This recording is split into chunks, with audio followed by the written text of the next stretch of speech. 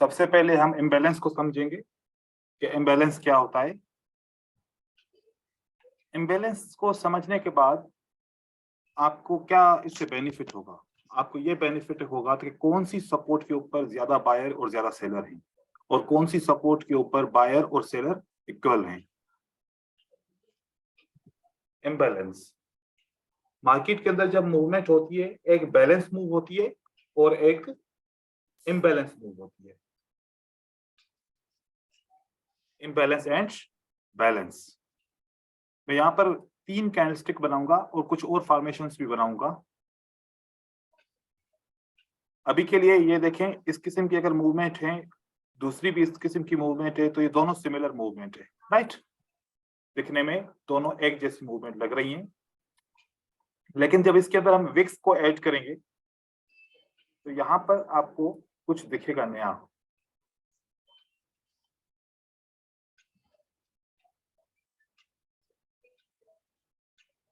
इन दोनों मूवमेंट के अंदर क्या आपको दिखा विक के अंदर कि एक मूवमेंट में कैंडल नंबर 1 से लेके कैंडल नंबर 3 की नीचे विक के अंदर एक गैप है, ठीक है, ये गैप नजर आया। और यहां पर आपने देखा कि कोई भी गैप नहीं है, विक से विक क्रॉस हो रहा है या विक से विक मैच हो रहा है। जहां पर ये गैप रहता है हम इसको क्या बोलते हैं? इम्बैलेंस। और जब ये विक कोई भी नहीं रहता, कोई भी गैप खाली नहीं रहता, इसको बोलते हैं बैलेंस। अब अगर आपके पास एक सपोर्ट है, सपोर्ट बनने के लिए आपको एक रेड कैंडल चाहिए होगी। यहां पर एक रेड कैंडल बनाते हैं और यहां पर भी एक रेड कैंडल बनाते हैं। अब आपका सवाल ये होगा कि इस सपोर्ट के ऊपर बायर हैं कि नहीं है। ये भी सपोर्ट है और ये भी सपोर्ट है। कौन सी सपोर्ट के ऊपर ज्यादा बायर है? जो इम्बैलेंस की सपोर्ट होगी उसके ऊपर बायर्स ज्यादा होंगे सेलर के कंपेयर में, और जो बैलेंस की सपोर्ट होगी उसके ऊपर बायर कितने होंगे? बिल्कुल कम होंगे, या फिर बायर और सेलर इक्वल होंगे। तो इम्बैलेंस का मतलब क्या डिस्टर्ब हो रहा है सर वॉइस। जिसकी तरफ से आवाज आ रहा है कंट्रोल कीजिए, पीछे पलश की तरफ से पलश। Imbalance means more buyer. ये इस कंडीशन के लिए अगर सेलर की कैंडल होंगी 3 तो फिर मोर सेलर्स होंगे, more buyers less sellers, okay.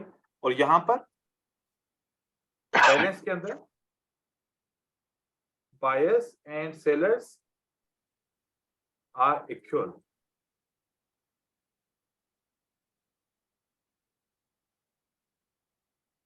ये बात आपने याद रखनी है कि अगर आपको कम से कम 3 कैंडल ऐसे मिले और उसके अंदर इस तरीके से गैप हो, कैंडल नंबर 1 और कैंडल नंबर 3 का, इसका ऊपर का विक इसका नीचे का विक, अगर ऐसे गैप रखता है इसका मतलब है इस जगह पे क्या है?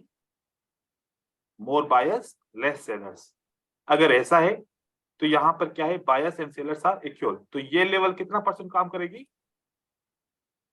50%। बायर आ भी सकते हैं और सेलर भी आ सकते हैं, लेकिन इस लेवल के पास काम करने का बहुत ज्यादा चांस होगा क्योंकि ये इम्बैलेंस बता रहा है। इसका मतलब है कि यहाँ पर बायस ज्यादा है। और बड़ी बात ये है कि इस सपोर्ट पे प्राइस आए, यहां तक टच करे, इसके इम्कानात कितने होंगे? 50% कि यहां से प्राइस हो सकता है आए या हो सकता है नहीं भी आए, लेकिन यहां पर आने के चांसेस मोर होंगे। मोर देन 80% प्राइस को जरूर आना पड़ेगा, क्योंकि ये जो इम्बैलेंस हो गया, जब तक बैलेंस नहीं होगा तब तक प्राइस आगे सही तरीके से मूव नहीं कर पाएगी।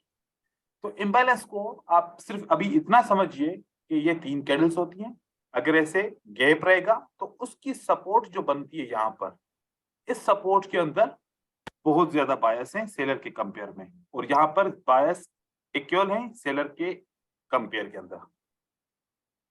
अब इसके अलावा कैसे और बन सकती है? फॉर एग्जांपल एक रेड कैंडल बनती है और एक ग्रीन कैंडल इतनी बन जाए कि वो बहुत बड़ी हो जाए, जैसे कि ये बन गई, फिर दूसरी ग्रीन कैंडल बन जाए। अब हमने देखा कि यहां पर और यहां पर गैप है, इस विक से लेके इस विक तक क्या है, गैप है, ये भी सेम इम्बैलेंस है, इसको भी एज ए इम्बैलेंस हम कंसीडर कर सकते हैं।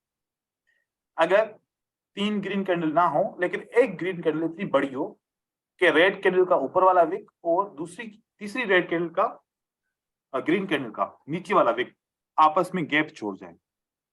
कभी कभार ऐसा होता है, एक रेड कैंडल ऐसे बने, उसका विक यहां पर हो और ग्रीन कैंडल बहुत बड़ी बन जाए ऐसे, तो अगली ग्रीन कैंडल करने के लिए वो नीचे आती है, उसके बाद फिर ऊपर की तरफ जाती है, लाइक ऐसे। तो इसने क्या काम किया, बैलेंस कर दिया, और यहां पर इम्बैलेंस है। इम्बैलेंस का मतलब हुआ कि इस जगह पे बायर बहुत ज्यादा है। बैलेंस एंड इम्बैलेंस का कॉन्सेप्ट क्लियर हो गया? जी sir. Yes sir, yes sir. Okay, सबको क्लियर है? ओके, जी सर। Yes sir. अच्छा ठीक है। अगर विक हो ही ना, क्या बोल रहे हैं? मैं कह रहा हूँ ये जो गैप हो रहा है और गैप नहीं हो रहा, अगर यहाँ पे विक हो ही ना, शेप कैंडल हो पूरी, तो फिर विक नहीं है ना, फिर इसका मतलब है फिर भी हाँ हाँ, फिर भी वो होगा। हाँ तो फिर भी काउंट Imbalance. करेंगे, फिर भी इम्बैलेंस काउंट करेंगे, ठीक है। जी जी। अब ये हम क्यों यूज करेंगे, क्योंकि आगे चल के हमने ऐसे क्या ट्रेड करना है, डिमांड। क्या ट्रेड करना है ऐसे, सप्लाई। सप्लाई। तो यहां पर इम्बैलेंस होगा तो ये सप्लाई काम करेगी, यहां पर इम्बैलेंस होगा तो ये डिमांड कम करेगी। डिमांड काम करेगी, यहाँ पर ये सप्लाई काम करेगी। अगर ये इम्बैलेंस नहीं होगा तो डिमांड काम नहीं करेगी, और ये अगर इम्बैलेंस नहीं होगा तो ये सप्लाई काम नहीं करेगी। इसलिए हम इसको पढ़ रहे हैं, क्योंकि मार्केट स्ट्रक्चर को समझने के लिए और मार्केट स्ट्रक्चर से कैसे रिवर्सल होंगे उसके लिए इम्बैलेंस का होना जरूरी होता है, राइट।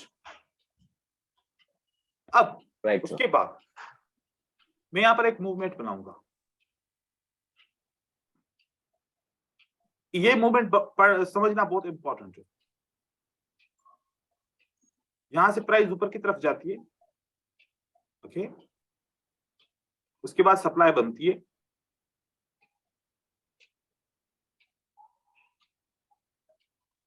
ये सप्लाई बनती है, राइट, और सप्लाई के साथ इम्बैलेंस भी बनता है।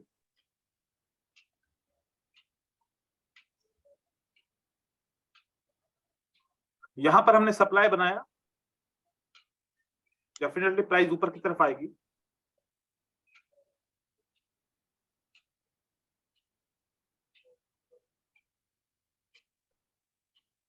इस तरीके से प्राइस ने इस सप्लाई के जोन की एंट्री की अंदर, ओके। अब यहां पर कौन आया, सेलर आया। हमें कैसे पता चले कि ये जो सेलर आया ये रिटेलर है या फिर इंस्टीट्यूशनल सेलर है? ये कैंडल, इसके ऊपर फोकस कीजिए, इस सप्लाई के अंदर ये ग्रीन कैंडल के बाद एक सेलर आया है। हमारे पास एक रिटेलर है और एक इंस्टीट्यूशनल सेलर, जिसको हम स्मार्ट मनी ट्रेडर बोलते हैं, वो है। इस मूवमेंट को ये समझना कि इसमें किसकी मूवमेंट है। रिटेलर आया तो वीक मूवमेंट जाएगी नीचे। अगर यहां पर बैंक का ट्रेडर, इंस्टीट्यूशनल ट्रेडर आएगा तो ये बहुत ज्यादा स्ट्रांगली मार्केट नीचे गिरेगी। अब यहां पर आप बात देखिए, मैं यहां पर एक पैटर्न बनाऊंगा और इस पैटर्न को आप मुझे फर्क बताइएगा, इसमें जो फर्क नजर आए आप लोगों को वो मुझे नोट डाउन करवाइए। फर्क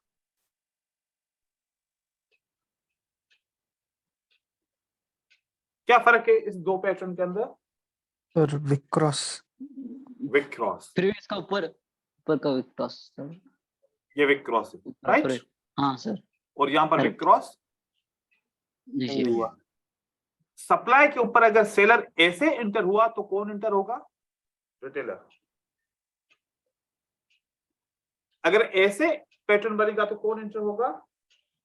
इंस्टीट्यूशनल ट्रेडर, ठीक है। इस कैंडल को ये वाली जो रेड कैंडल है, इस कैंडल को क्या बोलते हैं हम? Funding candle. Funding candle. Funding candle. अगर वो हम liquidity- ऐसे सप्लाई को देखें, ऐसे अगर सप्लाई देखें जिसका विक बहुत ऊपर क्रॉस करे, तो हमें क्या पता चला कि अब कौन आया है मार्केट के अंदर? इस जगह पे, इस सप्लाई पे कौन Institute। एंटर हुआ? इंस्टीट्यूट्स एंटर हो गए। इंस्टीट्यूट एंटर होंगे तो श्योर मार्केट नीचे की तरफ जाएगी। गिरेगा। ओके। तो आपके पास दो ऑप्शन है। आपके पास कितने ऑप्शन है? दो। 1 मिनट के लिए ट्रेड करें तब भी अगली कैंडल रेड बनेगी, 5 मिनट के लिए ट्रेड करें तब भी मार्केट डाउन होगी। 5 मिनट के लिए ट्रेड करेंगे तो तब भी मार्केट डाउन जाएगी, अगर 1 मिनट के लिए ट्रेड करें तो तब भी मार्केट डाउन जाएगी, क्योंकि ये पैटर्न किसका पैटर्न है? इंस्टीट्यूशंस का। अब एक बात जो हर एक बंदा रिपीट करता है और हर एक बंदा जिसके ऊपर काम करता है, आप लोगों ने वैसा काम नहीं करना। याद रखो, ये इंस्टीट्यूशनल ट्रेडर कहां पर एंटर हुआ है? किस वजह से एंटर हुआ है? सप्लाई की वजह से एंटर हुआ है। किस वजह से एंटर हुआ है? सप्लाई। सप्लाई की वजह से। यहां पर इंस्टीट्यूशनल कैंडल को यूज करना है। ऐसा ना हो कि ऐसे मार्केट की मूवमेंट हो, ठीक है,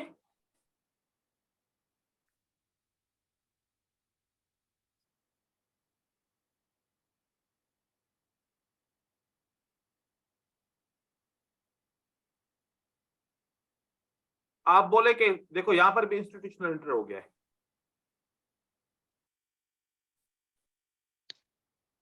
यहां पर ये इंस्टीट्यूशन एंटर नहीं हुआ। आप ये सोचिए बैंक कब एंटर होगा? किसी सप्लाई की जगह पे एंटर होगा ना, वो हर जगह पे एंटर नहीं होगा। अगर यहां पर ये इंस्टीट्यूशन अगर हम बोले कि एंटर हो गया, तो फिर अगर उसके बाद एक ग्रीन कैंडल बन जाए, वो विक क्रॉस कर दे इसका, तो क्या फिर दोबारा एक इंस्टीट्यूशन पागल हो गए? कभी सेल करते हैं 1 मिनट में, कभी बाय करते हैं 1 मिनट में, ऐसे तो नहीं करेंगे ना वो। जी। Yes sir. और साथ में फिर एक और कैंडल बन जाए इस तरीके से, इसका मतलब है वो भी कंफ्यूज है ना? यस ऊपर भी विक क्रॉस हो रहा है, नीचे भी विक क्रॉस हो रहा है, फिर से ऊपर से विक क्रॉस हो रहा है, तो यहां पर तो कोई भी सेटअप इसका काम नहीं कर रहा। अगर हम बोलें कि अगर ऐसे विक क्रॉस करेगा अगली कैंडल रेड बनेगी, तो इसका रीजन क्या है? कि सप्लाई की वजह से ये सप्लाई है, या फिर कहीं पर रेजिस्टेंस की वजह से ऐसा आए। जैसे फॉर एग्जांपल या मार्केट के अंदर क्या है? ये एक सपोर्ट है, ठीक है। अब इस सपोर्ट के ऊपर कौन मार्केट में एंटर होता है? सेलर क्लोज होता है। यहां पर कौन क्लोज हुआ? सेलर क्लोज हुआ। किसके ऊपर? सपोर्ट के ऊपर। अब इंस्टीट्यूशनल ट्रेडर कहां पर एंटर होता है? सपोर्ट के ऊपर, सप्लाई के ऊपर, डिमांड के ऊपर एंटर होगा, राइट? यस जी सर। यहां पर कौन एंटर हुआ? अभी सपोर्ट। इंस्टीट्यूशनल एंटर हुआ यहां पर, तो इसको हम ट्रेड करेंगे। तो यहां से प्राइस ऊपर की तरफ जाएगी, एक कैंडल भी ऊपर जाएगी और 5 मिनट के लिए भी ऊपर मार्केट चली जाएगी। लेकिन ये कंसोलिडेशन है। ये क्या है? कंसोलिडेशन है। हाँ, अगर यहां पर एक सपोर्ट थी, फॉर एग्जांपल इस जगह पे एक सपोर्ट होती और ये एक ग्रीन कैंडल इस रेड कैंडल के विक को क्रॉस करती, तो हमें क्या फिर यहां पर समझ में आता है कि कौन एंटर हुआ? इंस्टीट्यूशनल एंटर हुआ। फिर अगली कैंडल ग्रीन बन सकती थी, राइट? लेकिन यहां पर ऐसा नहीं हुआ। तो आप इस कैंडल को कहां पर यूज करेंगे? किसी रेजिस्टेंस के पास, किसी सप्लाई के पास, किसी सपोर्ट के ऊपर या किसी डिमांड के ऊपर। जी सर। कितने किस्म की कैंडल और कैसे कैसे पैटर्न बनेंगे, चलो मैं आप लोगों को वो दिखाता हूं।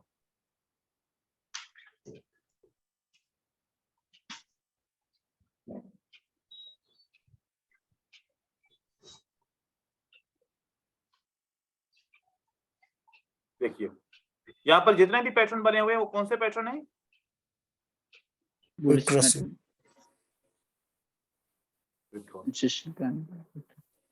ये विक क्रॉसिंग पैटर्न बनेगा तो अगली कैंडल क्या बनेगी? ग्रीन बनेगी, या फिर 5 मिनट के लिए मार्केट ऊपर जाएगी। लेकिन कौन सी जगह पे यूज करना है? Supply demand. सप्लाई डिमांड और सप्लाई के ऊपर नहीं, ये resistance। डिमांड के ऊपर यूज करेंगे या सपोर्ट के ऊपर, ठीक है। कैसे? Power सपोर्ट जी सर। यहां से प्राइस आई, अगर यहां पर ये कैंडल बनेगी तो हम इसको यूज करेंगे। जी। इसके कुछ एग्जांपल्स मैं आपको दिखाऊं। ये आप 5 पैटर्न याद कीजिए, ये सब विक क्रॉसिंग है, राइट। और उसके Yes, बाद ये सेल के लिए विक क्रॉसिंग है, ये वाले। ओके, अब हम चार्ट के ऊपर इस चीज को देखते हैं।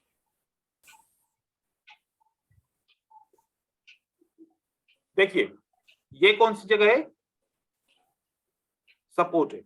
यहाँ पर भी अगर आप देखेंगे तो विक क्रॉस हुआ हुआ है, लेकिन रेड कैंडल का विक जाहिर नहीं है, लेकिन कोई सपोर्ट भी नहीं है।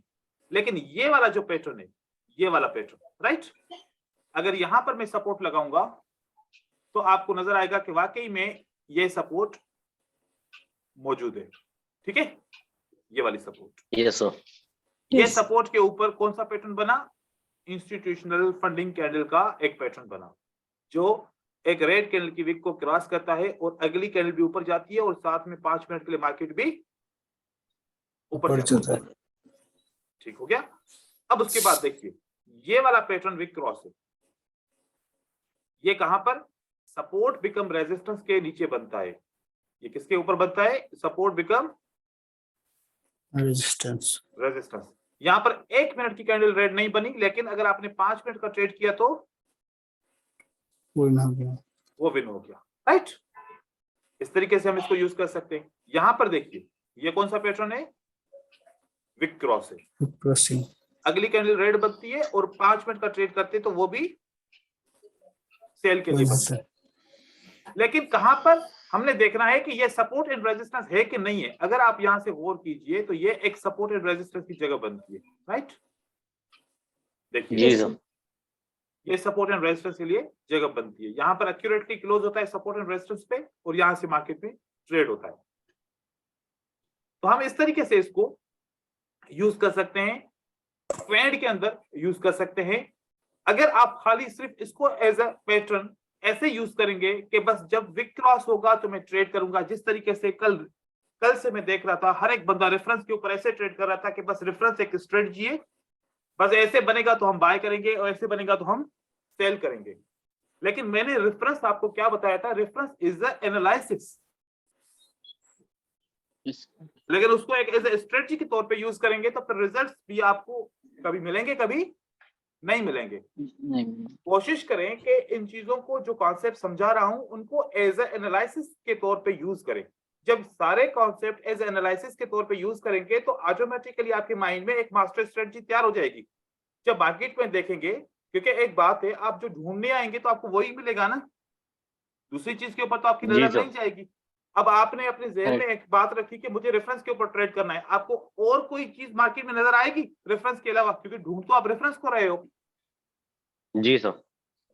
तो फिर आप एक स्ट्रेटजी के ऊपर मोहतात हो जाओगे। फिर आप बोलोगे कि सर मैं एक स्ट्रेटजी एट द टाइम पे काम कर सकता हूं लेकिन दूसरी पे नहीं कर सकता, क्योंकि आप ढूंढने ही एक स्ट्रेटजी आए थे मार्केट के अंदर। तो ये सारे कॉन्सेप्ट हैं, आपको पता होना चाहिए। आप मार्केट साइकिल पे ट्रेड कर रहे थे लेकिन वहां पर रेफरेंस आ गया, तो रेफरेंस ने आपको बताया कि अभी मार्केट साइकिल पे ट्रेड नहीं करो, क्योंकि अभी रेफरेंस को ट्रेड करो।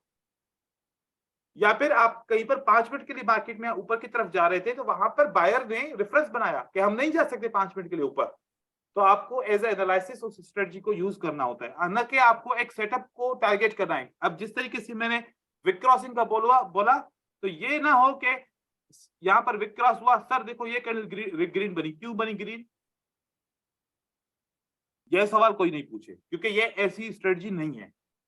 यहां पर विक क्रॉस हुआ, सर यहां पर ग्रीन कैंडल क्यों नहीं, रेड कैंडल क्यों नहीं बनी, ये इसलिए नहीं है, ये मोस्टली यहां से सेल आएगी। यहां पर कौन इंटर हुआ है, इंस्टीट्यूट इंटर हुआ है। अब इंस्टीट्यूट की मर्जी है कि यहाँ पर एक ग्रीन कैंडल बनाए या फिर एक छोटा सा डोजी बनाए। अगर इंस्टीट्यूट इंटर होगा 1 मिनट के लिए थोड़ी इंटर होगा, वो तो 4-5 कैंडल के लिए इंटर होगा। तो आपको 5 मिनट इसको देखो, कितना 5 मिनट ऐसा बने 5 मिनट के लिए, लेकिन इसके लिए रेजिस्टेंस का होना जरूरी है, ठीक है। ये देखें, ये एक रेजिस्टेंस है, ये कहां पर बना, एक रेजिस्टेंस के पास बना। फिर यहां से 5 मिनट का आपने ट्रेड किया, यहां पर कोई भी नहीं है, ऐसा कोई भी विक नहीं है। अच्छा, अगर एक कैंडल में विक ना हो और दूसरी कैंडल में विक हो, उसको विक क्रॉस नहीं बोलेंगे। विक क्रॉस क्लियर होगा, दोनों कैंडल में होगा, ठीक है। इस तरीके से इसको यूज करेंगे। अब यहां पर देखिए, ये एक विक क्रॉस है, ये क्या है, एक विक क्रॉस है। यहां पर एक डिमांड है, ये डिमांड पे क्या बना है, विक क्रॉस बना है, राइट। यस तो इसका मतलब क्या हुआ कि इस डिमांड से कौन एंटर होगा, इंस्टीट्यूशन। Yes 5 Institution. मिनट के लिए ऊपर गया, यस सर। अगली कैंडल भी Yes, sir. ग्रीन बनती है और ऊपर भी जाते हैं। फिर उसी सपोर्ट को, इसी डिमांड को आगे लेके आओ, इस जगह पे कौन एंटर हुआ, Institution. इंस्टीट्यूशन। 5 मिनट के लिए मार्केट ऊपर गई, 1 मिनट के लिए भी गई और जी 5 सर। मिनट के लिए भी गई।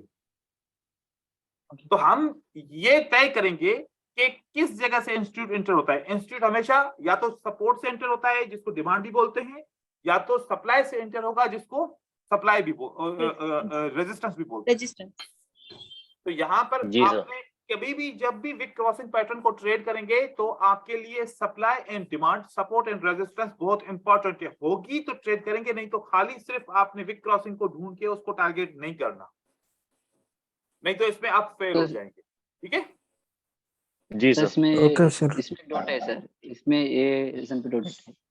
क्या डाउट है? हाँ, इसमें अभी सपोर्ट रेजिस्टेंस बताया था ना, वो हम देखना है क्या, वीक और स्ट्रांग ऐसे देखना है क्या, और नहीं। कोसत भी सपोर्ट हाँ, बस जहां पर भी बने, कोई भी लेवल से बने, सपोर्ट एंड रेजिस्टेंस बने, वी कैन। बताया था ना, गैप अप का है, वीक और वीक एसएनआर है, जो भी एसएनआर है कर सकते हैं सर। आपके पास की लेवल का मतलब होता है all type of SNR, okay जो भी ओके आपको सर। नजर आ जाए।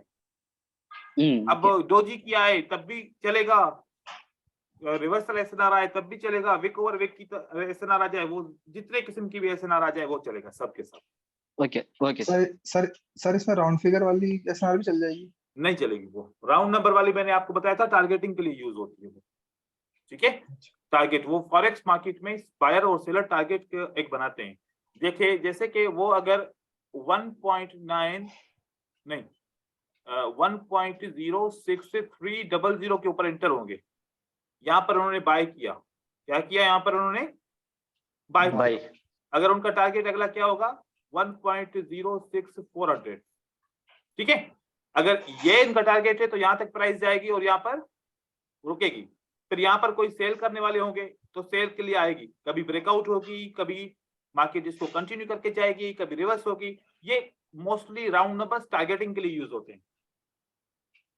क्योंकि आप अगर इस चार्ट को देखें, इस चार्ट को अगर आप गौर से देखें तो प्राइस किस तरीके से चलती है, टारगेट टू टारगेट चलती है।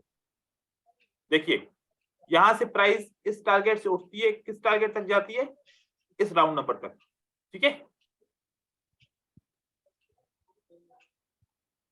इस राउंड नंबर से इस राउंड नंबर तक प्राइस जाती है।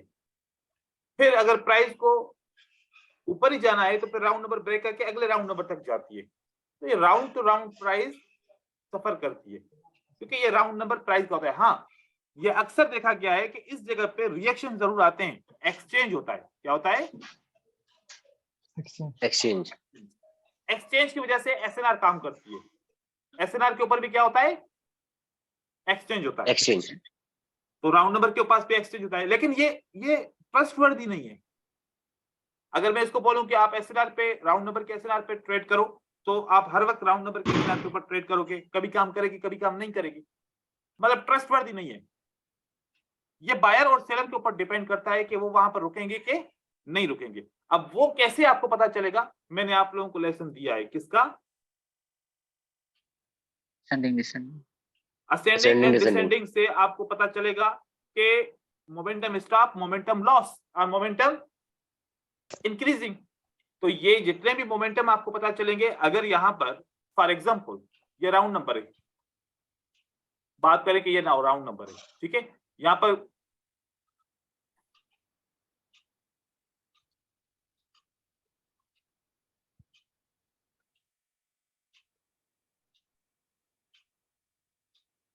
अब यहां पर क्या हुआ, बायर ने क्या बोला, बाय स्टॉप। स्टॉप। बायर ने इस राउंड Stop नंबर पे momentum। बोला कि हम स्टॉप हो रहे हैं, राइट। यस जी सर। और ये प्राइस कहां से स्टार्ट हुई थी, इस राउंड नंबर से हुई थी। ठीक है,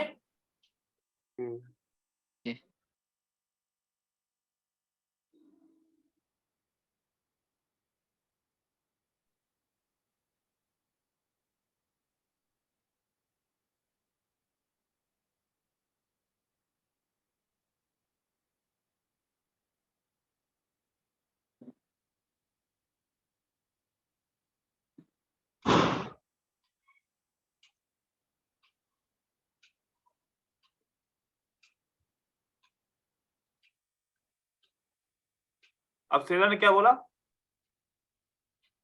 Stop momentum. स्टॉप।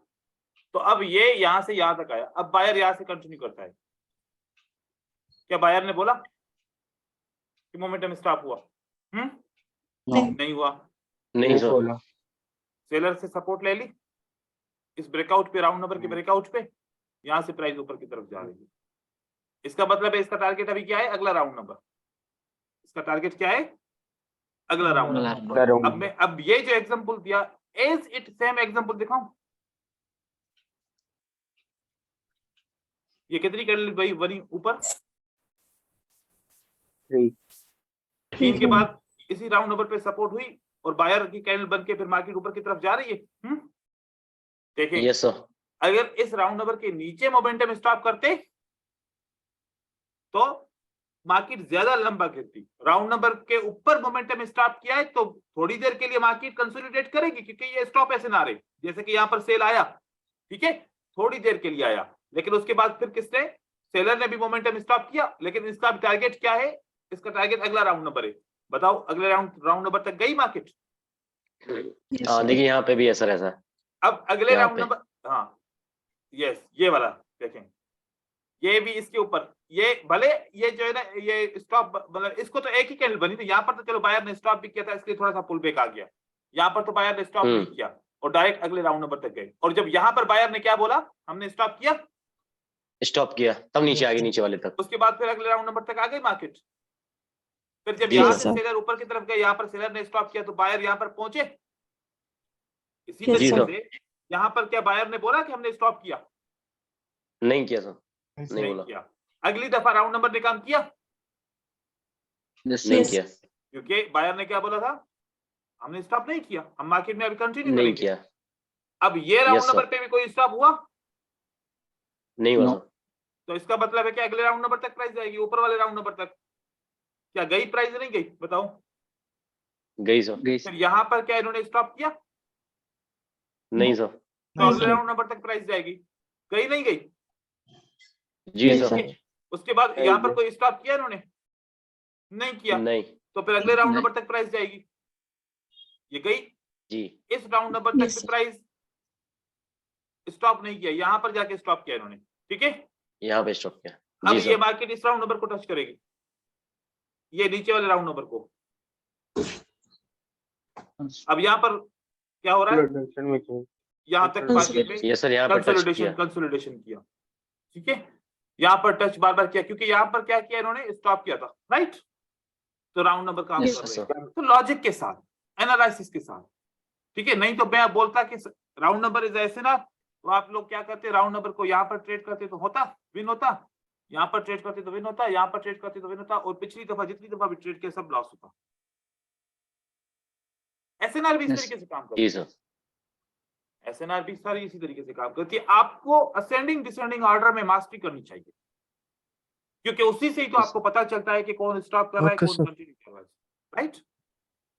जी sir. Okay sir. Sir doji green और रेड दोनों कैंडल को अगर कहीं स्टॉप होगी तो नहीं मानेंगे ना अपन? डोजी तो इंडिसिशन कैंडल होती है ना, जहां पर बायर कैंडल बनाना चाहता है तो नहीं बना सकता, या सेलर कैंडल बनाना चाहे तो नहीं बना सकता। वहां पर उसकी सप्लाई उसको सपोर्ट नहीं करती या डिमांड उसको सपोर्ट नहीं करती, तो डोजी इसलिए इंडिसिशन की कैंडल के लिए बनता है। लेकिन डोजी के बाद फिर डिसीजन हो जाता है कि कौन आना चाहता है मार्केट में, ठीक है। अब हम अगले टॉपिक पे चलते हैं। क्या सर, ये जो आपने इंस्टीट्यूट वाली एसएनआर के बारे में बताया है, जी बोले। इंस्टीट्यूट की एसएनआर के बारे में बताया, उसने एक बार वर्क किया, जब मार्केट दोबारा उस एसएनआर पे जाएगी, अगर इंस्टीट्यूट ने एंटर नहीं किया तो इसका मतलब रिटेलर ने एंटर किया वहां पे। मैंने तो कोई इंस्टीट्यूट की एसएनआर बताई नहीं है। नहीं, आपने No, बोला sir. कि एसएनआर के ऊपर का इंस्टीट्यूट एंटर होगा तो नेक्स्ट 5 मिनट के लिए मार्केट नीचे जाएगी। जी। तो एक दफा काम कर चुका, जब दोबारा मार्केट वहीं पे आएगी तो तब भी हम इंतजार करेंगे कि इंस्टीट्यूट का एक ही दफा। सेलर है। एक ही दफा यूज एक ही करेंगे, दफा बस एक दफा यूज करेंगे, 2 दफा हम कोई भी कॉन्सेप्ट को यूज नहीं करेंगे, ठीक है। यहाँ जी पर सर। हमने इम्बैलेंस पढ़ा, इम्बैलेंस सबको क्लियर हो गया था, राइट। हाँ सर। Yes sir. जी Yes. Sir. yes sir, fair value gaps और इम्बैलेंस एक ही चीज होती है। फेयर वैल्यू गैप को बोलते हैं FVG, जी FVG या फिर इम्बैलेंस एक ही एक ही है। इसमें कोई भी ओके सर। फर्क नहीं है, थोड़ा सा भी फर्क नहीं है, दोनों एक ही चीज है। फंडिंग कैंडल SNR के ऊपर बनती है, ठीक है। वो इस SNR के जी बारे सर। में ये बताती है हमें, जैसे कि यहां पर अगर कोई फंडिंग कैंडल बन जाए इस जगह पे, तो ये बताती है कि इस SNR पे अब कौन इंटर हुआ मार्केट में, इंस्टीट्यूट इंटर हुआ। सेलर्स। अगर Okay. इंस्टीट्यूट इंटर होगा तो लंबा नीचे जाएगा, ये कहने का मकसद है, ठीक है। ओके। तो सर अगर मतलब जैसे इंस्टीट्यूट एंटर होता है तो अपन प्रेफरेबली अपन 5 मिनट की वो ट्रेड ट्रेड लें। करेंगे क्योंकि हमें पता चल गया कि यार इंस्टीट्यूट इंटर हुआ है, वो तो फिर लंबा मार्केट को नीचे की तरफ लेके जाएगा, ठीक है। लेकिन ये याद रखो कि SNR के ऊपर, SNR के Okay, बगैर sir. अगर इंटर Support- होता है तो फिर वो नहीं माना जाएगा, ठीक है। क्योंकि कंसोलिडेशन के Okay. मार्केट के अंदर बहुत ज्यादा ये बनता है, कंसोलिडेशन मार्केट के अंदर बनता है तो वो फेक होता है, इसको बोलते हैं इंस्टीट्यूशनल ट्रैप। फिर उस कैंडल को बोलेंगे जो ये ट्रैप बनेगा, बार बार लोगों को ट्रैप करेगा कि देखो इंस्टीट्यूट इंटर हो रहे हैं, देखो इंस्टीट्यूट इंटर हो रहे हैं, तो वो हकीकत में इंस्टीट्यूट इंटर नहीं हो रहे होंगे, ठीक है। Yes, आज sir. मैं मार्केट स्ट्रक्चर का इंट्रोडक्शन दूंगा, बाकी जो टॉपिक सर वहां वो पर सही चलो वो सही ऑफ सीक्वेंस रैंडम सीक्वेंस वो क्या है? अब आपके कहने पे चलूंगा मैं मार्केट पे। Okay sir. इंतजार करें, बता दिया जाएगा आपको भी। जब जिसका वक्त आएगा वो टॉपिक उस वक्त पढ़ा जाएगा। हाँ okay sir. Okay sir. Market के अंदर सबसे पहला एक स्ट्रक्चर बनता है जो बेसिक स्ट्रक्चर होता है, इसको बोलते हैं जिगजैग। क्या बोलते हैं इसको? जिगजैग। जिगजैग। exact, इस जिगजैग के अंदर ए पॉइंट बोलो, बी पॉइंट बोलो, सी पॉइंट बोलो, डी पॉइंट बोलो, ऐसे बोलो, आपकी मर्जी है। 1 2 3 4 बोलो, आपकी मर्जी है। High low, lower high, lower लो बोलो, ये गलत होगा। बाकी इसमें से ABCD बोलो, आपकी मर्जी है। 1 2 3 4 बोलो, आपकी मर्जी है। क्योंकि Okay. आज तक हम ये पढ़ते आए कि अगर ऐसी Yes. मूवमेंट बने तो ये हाई है, ये लो है, ये लोअर हाई है, ये लोअर लो है। ये रिटेलर का कॉन्सेप्ट है। इसका रिटेलर का हम पढ़ते हैं इंस्टीट्यूशनल ट्रेडर का कॉन्सेप्ट, जिसको स्मार्ट मनी कॉन्सेप्ट बोलते हैं। उसके अंदर ये गलत है। अगर प्राइस एक्शन के कॉन्सेप्ट के लिए जाएं तो वहां पर तो ये चलता है, हर एक बंदा यही करता है कि देखो कि हाई के बाद लो बना, लो के बाद लोअर हाई बना, फिर लोअर लो बना। आप इसको ऐसे ले सकते हो, हाई लो लोअर हाई, लेकिन आल क्या है? अनकन्फर्म्ड। कंफर्म कोई भी नहीं है इसमें से, कंफर्म इसमें से कोई भी नहीं है। इसलिए हम इसको जब कंफर्म नहीं है तो क्यों बोले कि ये लो है? लो कंफर्म होने के लिए एक ऑपरेशन होता है, लोअर हाई कंफर्म होने के लिए एक ऑपरेशन होता है। हमें इसको फोकस करना पड़ेगा, ठीक है। अब हम इस स्ट्रक्चर का आगाज करते हैं। यहां से एक स्ट्रक्चर इस तरीके से बनता है। इसके अंदर आपको रेजिस्टेंस कहां पर दिख रही है? रेजिस्टेंस 1 2 3 एक यहां दोनों पर दिख रही क्राउन है, पे। एक यहां पर दिख रही है, ठीक है। Yes. एक ये रेजिस्टेंस दिख रही है और ये एक रेजिस्टेंस दिख रही है। अब जो रिसेंट हमारा लास्ट पॉइंट है प्राइस का, लास्ट पॉइंट कौन सा है? ये है ना। हाँ Yes, sir. Last Yes, sir. Point से पीछे वाला रेजिस्टेंस कौन सा कहलाएगा? ये कहलाएगा या ये कहलाएगा? नंबर 1 कहलाएगा या नंबर 2 कहलाएगा? Number number 1. 1 sir, number 1। Recent price से नंबर 1 जो रेजिस्टेंस होती है, इसको हम बोलते हैं इंटरनल स्ट्रक्चर। क्या बोलते हैं इसको? Internal structure. Internal structure. structure, ठीक है। लास्ट प्राइस से प्रीवियस रेजिस्टेंस, याद रखिएगा, लास्ट प्राइस से प्रीवियस रेजिस्टेंस। लास्ट प्राइस से प्रीवियस सपोर्ट, ये है ना। Yes sir. ये भी हमारा जी क्या सर। रहेगा? Internal structure. Internal structure.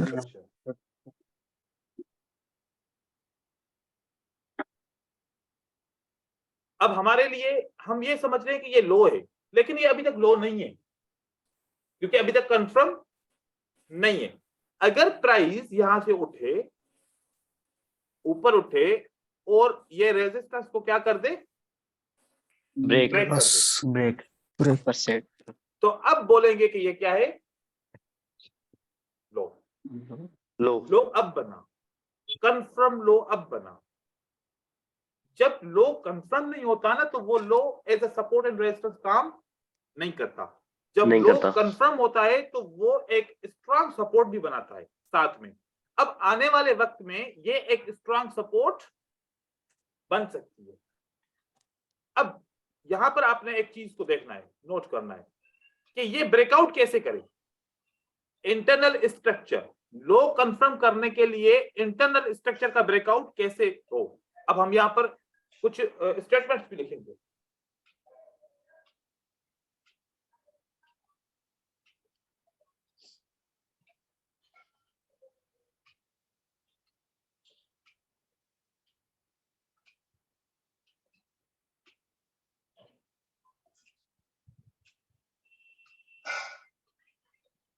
ठीक है, how price breaks internal structure to confirm low.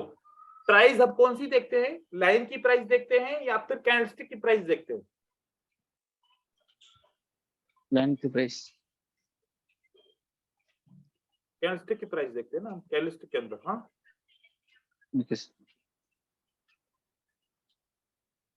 Line chart की प्राइस देखते हैं ना, उसमें हाई एंड लो नहीं होता, उसमें ओपन और क्लोज होता है।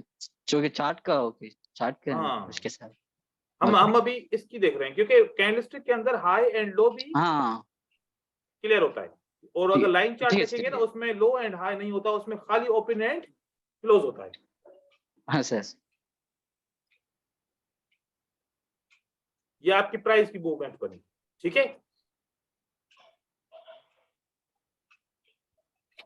अब हमारे लिए जो रीसेंट रेजिस्टेंस है वो ये है, और इस रीसेंट रेजिस्टेंस को हम क्या बोलते हैं, इंटरनल स्ट्रक्चर। क्या बोलते हैं इसको, इंटरनल स्ट्रक्चर। इंटरनल अब स्ट्रक्चर। प्राइस ऊपर क्यों आती है, प्राइस का रीजन है।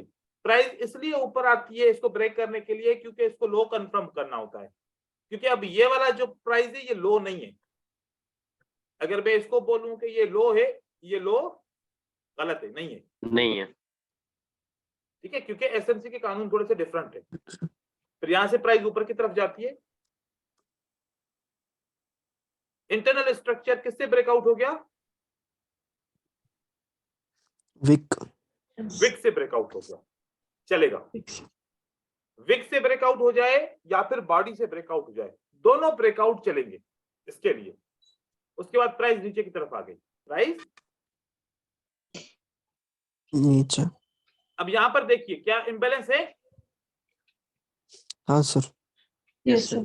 क्या सप्लाई बनी, yes sir. Yes sir. Yes sir. क्या इंस्टीट्यूट इंटर हुए,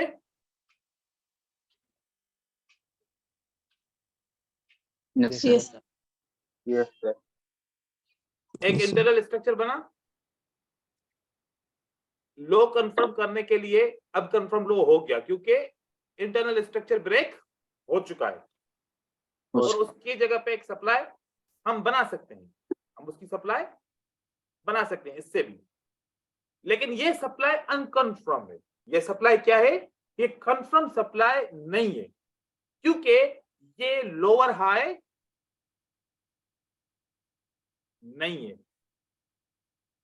लोअर हाई कब बनता है, लो कब बना था, लो के लिए कंडीशन क्या थी, प्रीवियस को टच करना चाहिए प्रीवियस को। Internal Exactly. स्ट्रक्चर ब्रेक हुआ तो क्या बना, लो बना, राइट। लो। यस अब इंटरनल स्ट्रक्चर के बाद होता है एक एक्सटर्नल स्ट्रक्चर। एक क्या होता है, एक्सटर्नल स्ट्रक्चर। External structure. ये लो कंफर्म हो गया। जैसे लो कंफर्म हो गया तो ये क्या बन गया,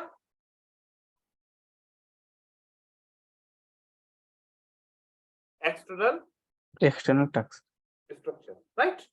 अब जब तक एक्सटर्नल स्ट्रक्चर ब्रेक नहीं होगा तो हमारा लोअर हाई नहीं बनेगा।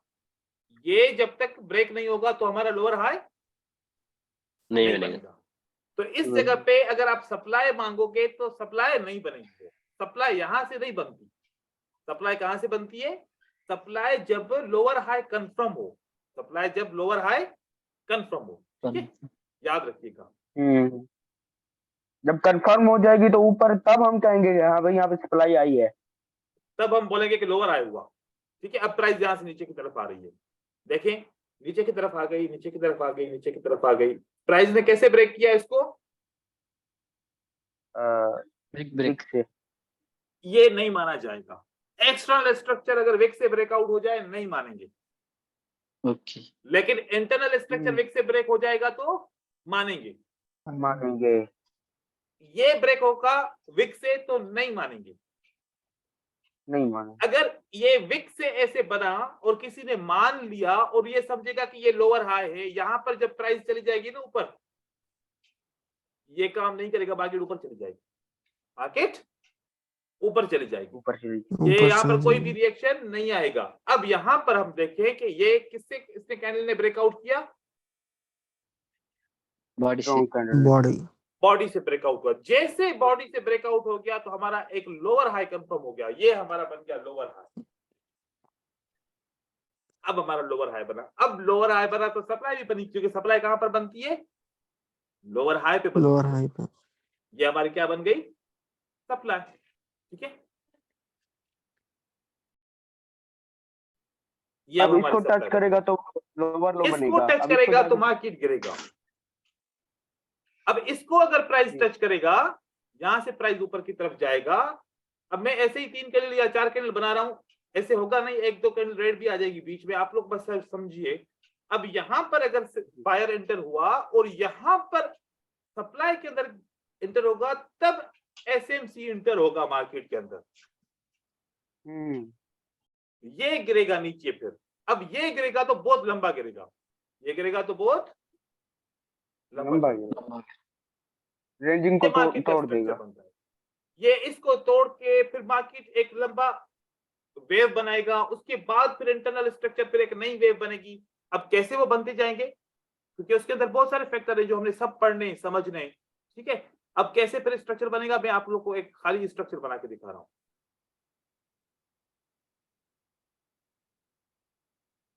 Yes correct.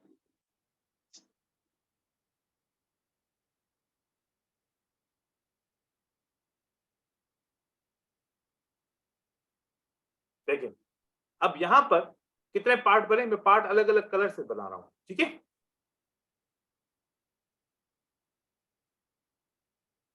ये एक पार्ट बना और ये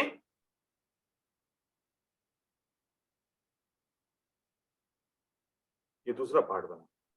लेकिन इस पार्ट बनने से पहले देखिए, क्या यहां पर इंटरनल स्ट्रक्चर ब्रेक हुआ? यस कैसे ब्रेक हुआ? तो लो कंफर्म हो गया, करेक्ट। यस पहले अब ये देखते हैं कि कहां कहां पर इंटरनल स्ट्रक्चर ब्रेक होता है और लो कंफर्म होता है। यहां पर इंटरनल स्ट्रक्चर ब्रेक हुआ तो लो कंफर्म हो गया, यहां पर हुआ नो, यहां पर हुआ नो, यहां पर हुआ हो गया, हो गया, यहाँ हो confirm गया। हो गया। अब ये हमारा लो नहीं है, ये हमारा लो नहीं है, राइट। यहां पर लो कंफर्म, ये लो ब्रेक हुआ, यस लो हो गया। उसके बाद यहां पर हुआ नहीं हुआ, नहीं ये हुआ। दूर से नहीं हुआ, हम्म, ये तो दूर से हुआ है, तो इसके पीछे वाला नहीं होगा। ये वाला नहीं हुआ ना, क्योंकि इसका नहीं, ये वाला नहीं, नहीं, इसके आगे वाला, यहाँ पे इसके आगे, हाँ इसके आगे वाला, यहाँ ये दूर से हुआ, तो इसके जो पीछे वाला बना हुआ नहीं। तो फिर ये जरूरी थोड़ी है कि प्राइस हर बार ऐसे डायरेक्ट आके ब्रेक करेगी, कभी ऐसे ऐसे करके भी आएगी ना। ठीक, रेंजिंग बना के देखो ऐसे आई, अब ब्रेक हो गया, हाँ तो लो कंफर्म हो गया। कैसे भी आए प्राइस, पहला वाला होगा। हाँ सीधा आए, टेढ़ा आए, चाहे 50 जो है ना यहाँ पर लाइनें बना के आए, एक दफा इसने ब्रेक किया तो अब जाके कंफर्म हुआ कि ये लो है, राइट। इस तरीके से तो ये हमारे लो कंफर्म हुए। अब हम तो हर एक को लो बोलते थे। जब हर एक को लो बोलते थे फिर काम क्यों नहीं कर रहा? सोचो, कर रहा है काम? नहीं कर रहा। Yes sir. Correct. अब लो जो है ना निकल। एक एक होगा, ये वाले जो लो होंगे। लोअर हाई कहां पर बना, यहां से प्राइस ने जी। इसको ब्रेक किया तो लोअर हाई बना, राइट। लोअर इसको प्राइस ने ब्रेक किया तो लोअर हाई बना, बना इसको प्राइस ने ब्रेक किया तो लोअर हाई बना, बना इसको प्राइस ने ब्रेक किया तो लोअर हाई बना, ये बना। बना ये हमारे लोअर हाई हैं, ये हमारे लो हैं। यहाँ पर लोअर हाई नहीं है, ये भी लोअर हाई नहीं है, ये भी लोअर हाई नहीं है। तो मार्केट इस तरीके से अक्सर अपनी मूवमेंट बनाती है। तब हमें पता चलता है कि असली लोअर हाई कौन सा है। हमारे पास इस ऐसे सप्लाई है, ये देखो। अब यहाँ पर मैं कुछ चीजें डिलीट करूंगा ताकि वापस आपको समझाऊं कि हम कैसे फेल होते थे जब सप्लाई एंड डिमांड को अलग तरीके से ऐसे जुगाड़ी तरीके से ट्रेड करते थे। ठीक है, अब ये स्ट्रक्चर में प्राइस एक्शन के कोर्स में इसलिए नहीं बताऊं कि बताता था कि अब इतना स्ट्रक्चर बताऊं तो फिर तो सारा टाइम इसमें जाया हो जाता था और समझते भी नहीं थे लोग। तो फिर मैं भी उनको उसी तरीके से बोलता था कि बस ऐसे जुगाड़ वाला आप लोअर हाई समझो। अब हमारे पास एक कंफर्म लोअर हाई कौन सा है, ये है, राइट। यस कर। Yes, हम sir. सप्लाई इस पे बनाएंगे। आप अगर पहले ट्रेडिंग करते थे तो सप्लाई इस पे ही बना देते, है ना। यस ये हाँ, भी सर। सप्लाई है, वो भी सप्लाई है, लेकिन जब इस पे सप्लाई बनाते थे तो मार्केट नहीं रुकती थी, थोड़ी आती थी, इस रेजिस्टेंस की वजह से फिर ऊपर की तरफ चली जाती थी, फिर यहाँ से गिरती थी। आपका पहला ट्रेड लॉस हो गया, दूसरा करते नहीं थे, फिर देखते थे अरे यार दूसरा तो ट्रेड विन हो रहा है, यहाँ से तो मार्केट ने काम किया, यहाँ पर क्यों नहीं किया, सप्लाई फेल हो गई। क्या बोलते थे हम, सप्लाई फेल हो गई। फेल हो गई। लेकिन सप्लाई थी नहीं तो फेल कहां से होगी। ये बड़ा सप्लाई दिमाग खराब करता था। सप्लाई थी नहीं तो फेल कहां से होगी। ये सप्लाई तो जहां पर है तो उसने काम कर दिया अपना पूरा। बिल्कुल सप्लाई फेल नहीं होती इस तरीके से, ठीक है ना। लेकिन सप्लाई वो हो तो सही ना, क्योंकि सप्लाई कहां पर बनती है, लोअर हाई पे बनती है। अब ये आपके लिए एक इंटरनल स्ट्रक्चर ब्रेक होने के बाद एक्सटर्नल स्ट्रक्चर ब्रेक हुआ तो ये आपकी सप्लाई कंफर्म हो गई। इसीलिए प्राइस यहां से मार्केट में गिरी है, क्योंकि ये लोअर हाई की सप्लाई पे प्राइस आई, वो मार्केट नीचे की तरफ आ गई। तो ये स्ट्रक्चर्स इस तरीके से बनते हैं। आज मैंने इस स्ट्रक्चर का खाली आप लोगों को थोड़ा सा मैंने एक इंट्रोडक्शन दिया है। अभी इसके अंदर बहुत सारी चीजें हैं जो हम आने वाले वक्त में जो पढ़ेंगे, इसके अंदर वो हम ये पढ़ेंगे। सबसे पहले इसका मेन टॉपिक क्या रहेगा, मार्केट स्ट्रक्चर। ठीक है, आज मैंने आप लोगों को क्या क्लियर किया, internal and external structure. Yes.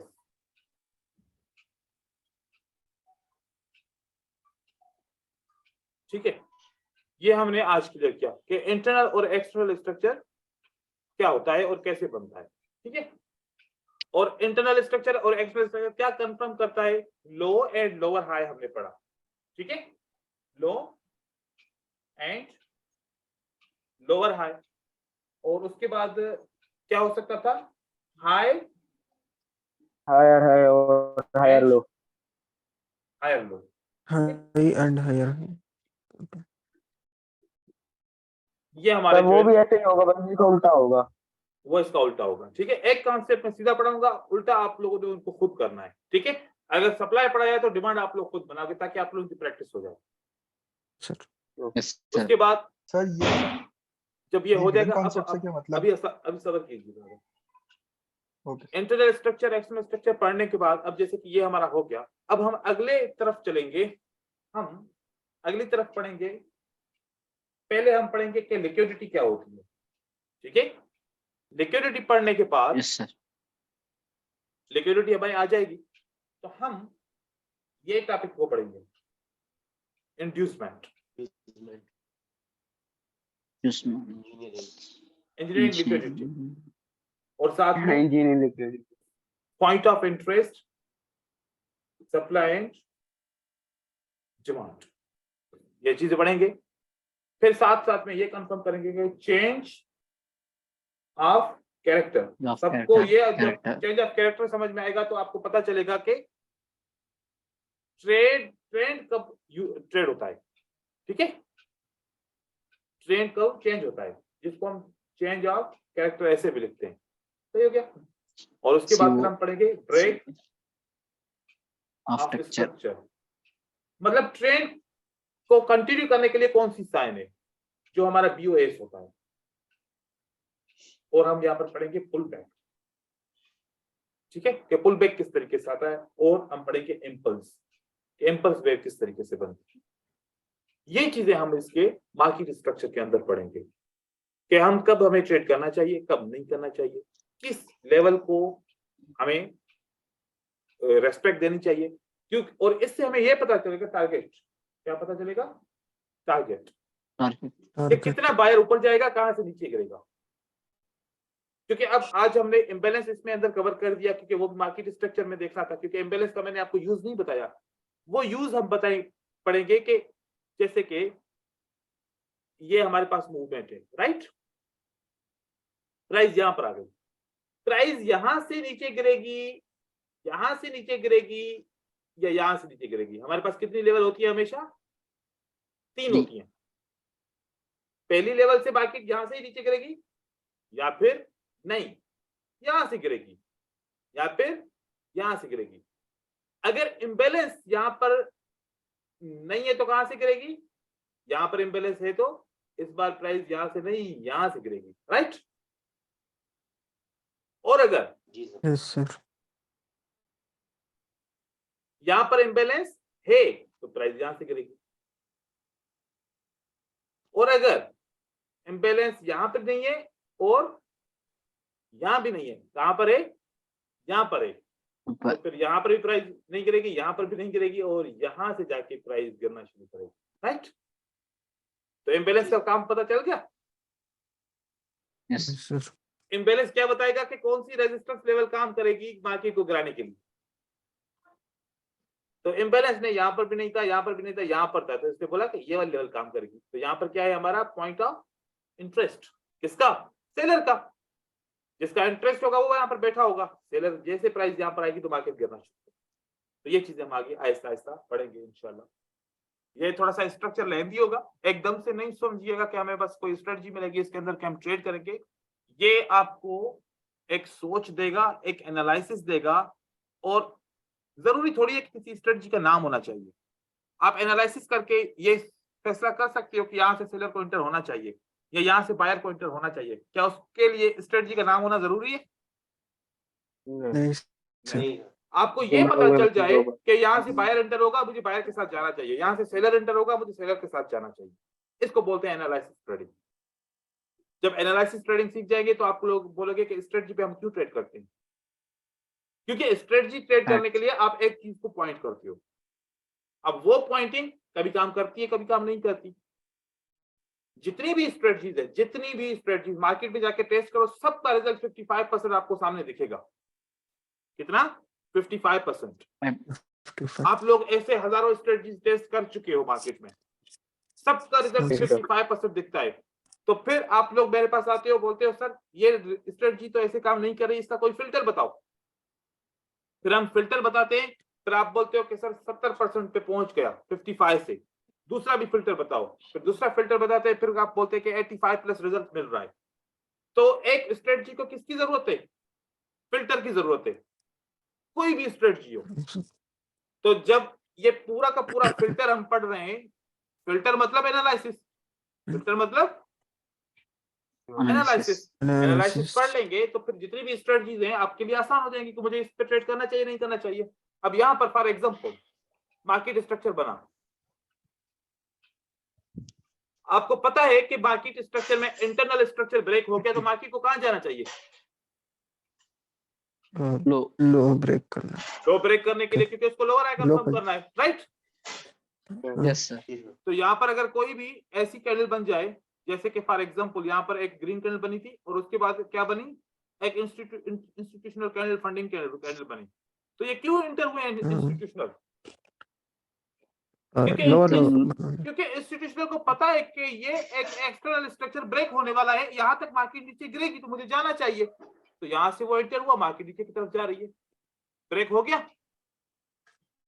Break होने के बाद यहां पर क्या बना, सेलर ने क्या किया,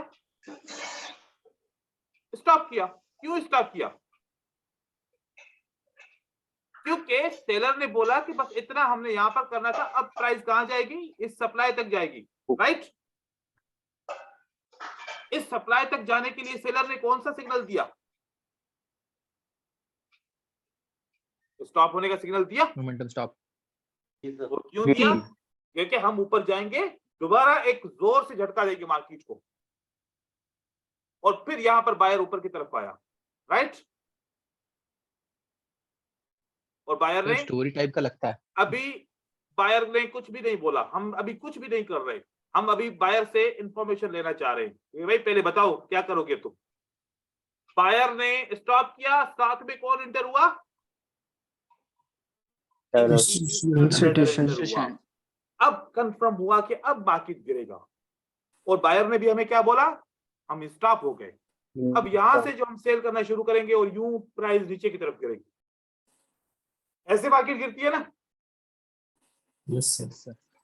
लेकिन इसमें हमने क्या समझा? हमने ये समझा इंटरनल स्ट्रक्चर ब्रेक हुआ तो मार्केट नीचे गिरेगी, नीचे गिरेगी तो सिग्नल मिले सेल का, तो हम करेंगे। ट्रेड किया, यहां पर मार्केट ने एक्सटर्नल स्ट्रक्चर ब्रेक किया, तो ये क्या बना? पुल बैक बनेगा, क्योंकि सप्लाई तक मार्केट को पहुंचाना है। पुल बैक बना, पुल बैक बना तो मार्केट सप्लाई तक पहुंची। सप्लाई का काम क्या होता है? मार्केट को नीचे खींचना। सप्लाई पे पहुंचा तो बायर ने पहले इन्फॉर्म किया कि वी आर स्टॉप। स्टॉप करने के बाद इंस्टीट्यूशनल ने बोला कि हम मार्केट में आ गए, अब हम मार्केट को नीचे की तरफ लेके जाएंगे। देखिए गए, देखो कि कोई बड़ा ऐसे मूवमेंट है कि कोई छुपा के मूवमेंट हो रही है? नहीं बिल्कुल नहीं नहीं सब सर। तो इन्फॉर्म कर रहे हैं यार, बायर भी इन्फॉर्म कर रहा है, सेलर भी इन्फॉर्म कर रहा है, इंस्टीट्यूट भी बोल रहे हैं कि हम मार्केट में एंटर हो रहे हैं, लेकिन हम रीड नहीं कर पा रहे हैं, इसलिए हमें सब कुछ मुश्किल लगता है। लेकिन इंशाल्लाह आप इस कोर्स के अंदर सब कुछ रीड कर पाएंगे। हाँ सर इंशाल्लाह। Yes sir. तो आज के लिए सर ये स्टोरी टाइप का लगता है इसमें जो चलती है ना मार्केट। स्टोरी तो है ना ब्रदर, तो है ये स्टोरी, ठीक है? स्टोरी ना होती तो हमें कैसे समझ में आती फिर? हाँ, ठीक है। कौन किसको नीचे जा रहा है, कौन ऊपर जा रहा है, बिल्कुल स्टोरी टाइप का लगता है। वही सर मेरा एक डाउट है, क्वेश्चन सर, मेरा एक क्वेश्चन है, क्या है, अब सब लोग भी एसएमसी पता कर लेते हो, रिटेल ट्रेडर्स, उन्होंने भी ऐसे फंड इंस्टीट्यूट साथ तो जाते हैं ना, आप वो इंस्टीट्यूट ट्रेडर्स हो जाएगा ना, आप सभी रिटेल ट्रेडर्स एसएमसी का कॉन्सेप्ट पता है। अब हम दूसरा कॉन्सेप्ट बलराम सर एस हो जाएगा क्या सर? चेंज एक करना बात सुनो, चाहिए, इससे ऐसे पहले हो आपको जाएगा? पता था? नो इससे पहले आपको नहीं पता था? ऐसे बहुत सारे ट्रेडर होंगे उनको एसएमसी का नाम का ही पता नहीं है। जी सर। ऐसे भी बहुत सारे ट्रेडर हैं जिनको पता ही नहीं है एसएमसी क्या होता है, उनको यही पता है कि बस सेल करो और बाय करो। ऐसे भी बहुत सारे ट्रेडर हैं, क्योंकि बहुत सारी कम्युनिटी तो वो है कि भाई सिग्नल कोई देगा तो बाय करेंगे, सिग्नल कोई देगा तो हम सेल करेंगे, हमें तो पता ही नहीं है क्या करना है मार्केट में। ऐसे भी बहुत सारे हजारों लोग हैं ऐसे। जी सर। ये बहुत थोड़े से लोग हैं, 5% जिसको एसएमसी का पता होता है, 5%, ठीक है? और 5%, 95% फिर भी वही है जिनको अभी तक वो एक ही बात पे डटे हुए हैं, मार्केट मुझे मैनिपुलेट करती है, मार्केट से मैं बदला लेके रहूंगा, ठीक है? तो बदला लेते लेते वो सब खाली हो जाता है, ऐसे होता है, ठीक है? Okay sir. ठीक है, अब मिलते हैं मंडे के दिन इंशाल्लाह। सर मैं बोले एक बात करना थैंक चाहता यू हूँ सर। पूछिए। सर, अल्लाह आपको अजर दे, आप बखील बिल्कुल भी नहीं है। कैसे? बखील बिल्कुल भी नहीं है, जैसे लोगों को कुछ आता है ना वो उसके ऊपर छुपा बैठते हैं, उसके ऊपर चढ़ बैठते हैं, आप वैसे नहीं, अल्लाह आपको अजर दे। छुपाने का कोई फायदा है ब्रदर? छुपाने का तो कोई फायदा ही नहीं है ना। आप भी मार्केट से कमाएंगे, कौन से आप सक्सेसफुल होंगे तो मुझसे पैसे मांगेंगे? तो इसलिए जब आप भी मार्केट से मंगाए, मुझे भी ब्रोकर देगा, आपको भी ब्रोकर देगा, तो ब्रोकर को लूटो भाई, ठीक है? बिल्कुल बिल्कुल। हाँ ब्रोकर जी बोले। सर मैं बोल रहा हूँ ओटीसी में हमें ट्रेड करना चाहिए, इस पे जो आपने सिखाया या नहीं सर? देखो ये चीज मैं कल बोलने वाला था, OTC Yes, sir. Market is the reflection of real market, याद रखिएगा, एक दफा समझ जाएगा, बार बार आप इस पे फिर ट्रेड नहीं करेंगे। ओटीसी मार्केट ठीक is the reflection of real market, ठीक है, but it is not real market. है सर। Bankers, institutional traders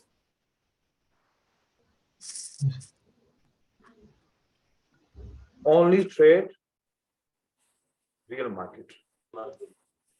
ठीक है। अब जिस मार्केट के अंदर बैंक इंटर नहीं होता, जिस मार्केट के अंदर इंस्टीट्यूट्स ट्रेड नहीं करते, उस मार्केट के अंदर अगर हम ट्रेड करेंगे तो फिर हमारे लक के ऊपर है, या तो आया या तो गया, जैसे गैम्बलिंग होता है। ठीक है, क्योंकि ये रिफ्लेक्शन ऑफ रियल मार्केट है, ये रियल मार्केट नहीं है बिल्कुल, क्योंकि ये मार्केट कंप्यूटर से बनी होती है। अब आप एक काम कीजिएगा, एक रिसर्च करेंगे ना, फिर आपके माइंड में बात आ जाएगी। IQ ऑप्शन की ओटीसी मार्केट चेक कीजिएगा, कोटेक्स की जो चेक कीजिएगा ओटीसी मार्केट, और एक बाइनोमो डिफरेंस रहेगा। हाँ सर डिफरेंट। सब अलग है सर। सबके चार्ट डिफरेंट है ना। हाँ सर सर। डिफरेंट। तो इसका मतलब है ये एक मार्केट नहीं है, ये ब्रोकर ने किसी से बनवाई हुई है मार्केट के। भाई बाइनरी ट्रेडर सबसे generated। ज्यादा फारिग कौन से दिन होते हैं? एक सैटरडे के दिन दो फारिग दिन। होते हैं और एक संडे के दिन फारिग होते हैं। हाँ सर इन तो दोनों इसलिए दिनों में लॉस बहुत। इन दिनों में इनसे ये जो है ना मार्केट इनको दो, और ये मार्केट मैनिपुलेटेड मार्केट होती है, क्योंकि उल्टा कॉन्सेप्ट चलता है। तो यहाँ पर जितने से जितना इनसे लॉस करवाना हो करवा सकते हैं। तो अगर एक मार्केट होती तो सबका चार्ट एक जैसा होता ना, क्यों नहीं है? हाँ सर से अब करना चाहिए ट्रेड? है सर। आप बताएं, अब यदि करना चाहिए? प्रैक्टिस के लिए यूज कर सकते हैं। अरे एक बात ही, जब आपको पता है कि वो मार्केट ही नहीं है कोई, तो प्रैक्टिस उसमें कहाँ से होगी? हाँ, भाई सर, वो वही तो ये आज बहुत ट्रेड्स लो। देखो मेरा कोई भी कॉन्सेप्ट मैं आप लोगों को रिकमेंड नहीं करूंगा कि ओटीसी पे ट्रेडिंग करें। ओटीसी मैं बिल्कुल Yes। ट्रेड नहीं करता, एक भी ट्रेड नहीं करता ओटीसी मार्केट में, चार्ट भी नहीं खोलता, यूं समझो। ठीक है, खोलना भी नहीं चाहिए, नहीं करना चाहिए। बिल्कुल। देखें, इस तरीके से आप कोशिश करें, ओटीसी मार्केट में ट्रेडिंग नहीं कीजिएगा। बाकी आप मंडे से लेके फ्राइडे तक जो मार्केट है वो सबके ब्रोकर के ऊपर एक जैसी खुलती है, तो वो वाली मार्केट में हाँ, सर। ट्रेड करें, और प्रैक्टिस भी उसी मार्केट में करें। एक दिन दो दिन अपनी स्टडी करें, और एक दिन दो दिन अपनी फैमिली के साथ गुजारें। ठीक है, अब मिलेंगे इंशाल्लाह हम मंडे के दिन। अल्लाह हाफिज। Thank you. अल्लाह हाफिज। Thank you. अल्लाह हाफिज़। जय। Thank you sir. Thank you.